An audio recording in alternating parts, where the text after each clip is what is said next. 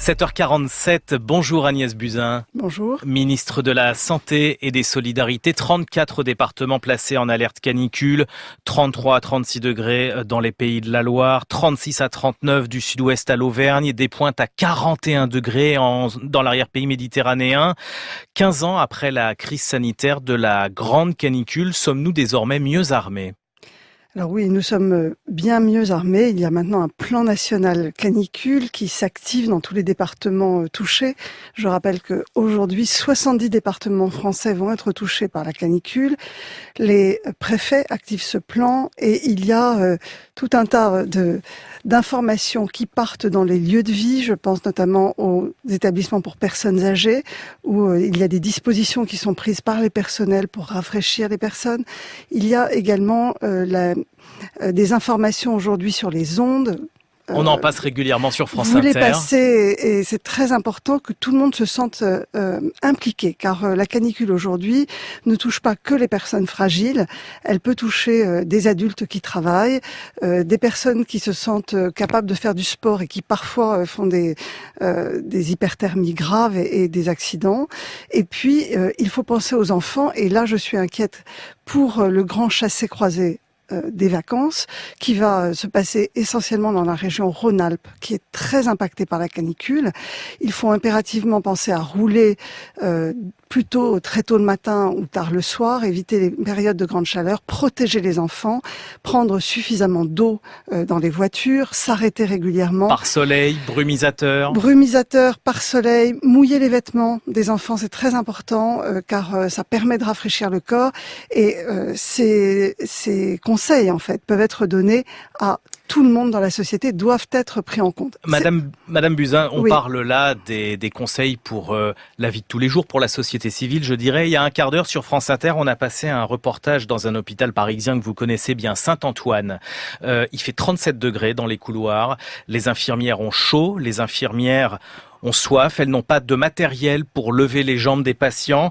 Régine Linard, qui est déléguée CGT à Saint-Antoine, vous interpelle dans ce reportage. Elle dit que les conditions de travail sont très dures. Là, il semble que les choses n'ont pas changé depuis 2003. Alors, ça n'est pas tout à fait vrai parce que nous avons pris des mesures depuis 2003, quand je dis nous, la société française, pour avoir dans tous les lieux de vie et notamment dans les hôpitaux, mais aussi dans les maisons de retraite, des pièces rafraîchies. Mais il faut les équiper au fur et à mesure. C'est vrai que certains de nos hôpitaux sont très anciens. Les bâtiments n'ont pas été pensés pour la climatisation. Certains de nos hôpitaux ont plus de 100 ans. Et donc, petit à petit, les hôpitaux ont des pièces rafraîchies, notamment dans les urgences, dans les blocs opératoires, tout cela est climatisé. Et dans certaines chambres de malades, progressivement, nous installons des climatisations. Mais il faut comprendre que dans un hôpital, il y a des problèmes techniques à climatiser. C'est extrêmement compliqué. Et donc, ça n'est pas simplement installer un climatiseur dans une chambre. C'est beaucoup plus complexe. Alors, il se trouve que j'ai travaillé beaucoup à l'hôpital Saint-Antoine, c'est mon hôpital, donc je connais bien les conditions de travail. Il est évident qu'avec la modernisation des hôpitaux qui se poursuit, nous allons adapter évidemment les hôpitaux aux épisodes de canicule qui vont être de plus en plus fréquents. Il y a aussi des problèmes de bras. Le syndicat USAP-CGT, qui est le premier syndicat de l'assistance publique hôpitaux de Paris, alerte sur une situation devenue insoutenable. Selon le syndicat, le nombre d'agents remplaçants a été divisé par 2 pour remplacer les personnes parties en vacances. On peut citer aussi un service d'urgence dans la Drôme qui a dû fermer faute de personnel. Alors aujourd'hui, les services d'urgence pâtissent de 2 problèmes. D'abord, les passages aux urgences ont doublé en 20 ans. On est passé de 10 millions à 20 millions de passages par an aux urgences. Et ce ne sont pas les mêmes urgences. Il y a beaucoup moins d'urgences vitales. Les gens viennent aux urgences simplement parfois pour avoir une consultation médicale. Souvent parce qu'il y a moins de médecins de garde. Absolument. Et donc ça nécessite une meilleure organisation de la prise en compte des urgences, y compris par les médecins généralistes en ville. Et c'est ce que nous allons faire avec la transformation du système de santé qui sera annoncée en septembre. Après, nous avons un problème de recrutement de médecins. Des postes sont ouverts, mais il y a de moins en moins de médecins, assez peu de médecins urgentistes. Et donc, nous en formons énormément. Depuis 2 ans, nous avons augmenté la capacité de formation. Mais la formation, c'est 10, 11, 12 ans. Alors non, sur les internes, c'est 3-4 ans. Donc, ils vont évidemment être sur le marché, si je puis dire, rouvrir dans peu de temps.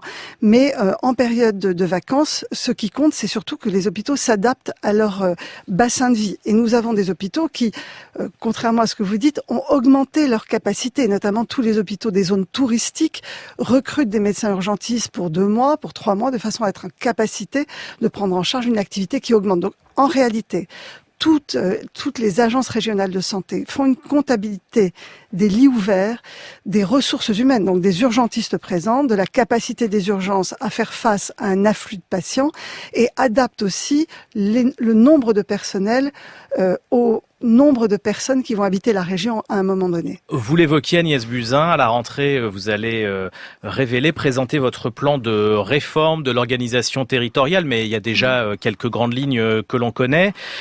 Par exemple, l'ouverture de centres de soins non programmés pour remplacer les urgences. En gros, ça veut dire qu'on prendrait les urgences non vitales seulement certaines heures de la journée et il y aurait obligation que les gens appellent d'abord le SAMU. Qu'est-ce que c'est ? C'est des urgences au rabais ou au contraire, c'est une rationalisation du parcours de soins ? Alors, aujourd'hui, on réfléchit effectivement à des organisations territoriales qui permettraient de décharger les urgences de tout ce qui n'est pas une urgence vitale. On sait qu'aujourd'hui, 70% des passages aux urgences auraient pu être traités par un médecin généraliste en ville et donc une maison de santé, un centre de santé. Donc il est impératif de penser ce qu'on appelle le parcours de soins pour décharger les urgences et faciliter l'accès à ce qu'on appelle des soins non programmés. C'est-à-dire que vous faites une entorse aujourd'hui, si votre médecin n'accepte que des patients sur rendez-vous, vous allez être en difficulté pour avoir ce rendez-vous. Et ce qu'on appelle les soins non programmés, c'est simplement la possibilité d'aller voir un médecin sans rendez-vous. Et cela aujourd'hui, c'est déficient en France. Et c'est cela que nous allons organiser sur le territoire. Et surtout, toute la transformation que nous allons faire, c'est pour remettre de la médecine en proximité, car aujourd'hui, les Français souffrent des déserts médicaux et c'est à cela que nous nous attachons. Agnès Buzyn, ministre de la Santé. Lundi, votre époux Yves Lévy, qui préside l'INSERM, a retiré sa candidature pour un nouveau mandat à la tête de cet organisme. Vous aviez expliqué très tôt qu'il n'y aurait pas de conflit d'intérêts, que vous ne vous impliquiez pas dans sa carrière, donc pas de conflit d'intérêts. Donc tact, on vous croit. Alors pourquoi il se retire ? C'est un effet Benalla, un effet turbulence ? Non, d'abord, je vois pas le lien. En l'occurrence, je ne vois absolument pas le lien avec l'affaire Benalla. Je ne comprends pas Il y a eu quelques mauvaises ondes autour du gouvernement ces jours-ci. Non, pas du tout. Je pense que, je n'ai pas commenté l'INSERM pendant 1 an. Je vais pas commencer. Je suis en déport, vous le savez, de tout ce qui concerne l'INSERM depuis mon arrivée au gouvernement. Depuis votre arrivée, absolument. Simplement, aujourd'hui, je pense que voilà, il n'y a pas de conflit d'intérêts en ce sens que le ministère de la Santé n'intervient jamais sur les affaires de l'INSERM depuis que je suis au gouvernement. Mais je pense que c'est important pour le ministère de la Santé d'être en capacité de parler de recherche biomédicale et je pense que voilà, la décision a été prise non pas parce qu'il y a un conflit d'intérêts mais peut-être pour faciliter simplement le travail du gouvernement. Tranquillité d'esprit et de sérénité. Agnès Buzyn, ministre de la Santé et des Solidarités, merci d'être venue ce matin sur France Inter.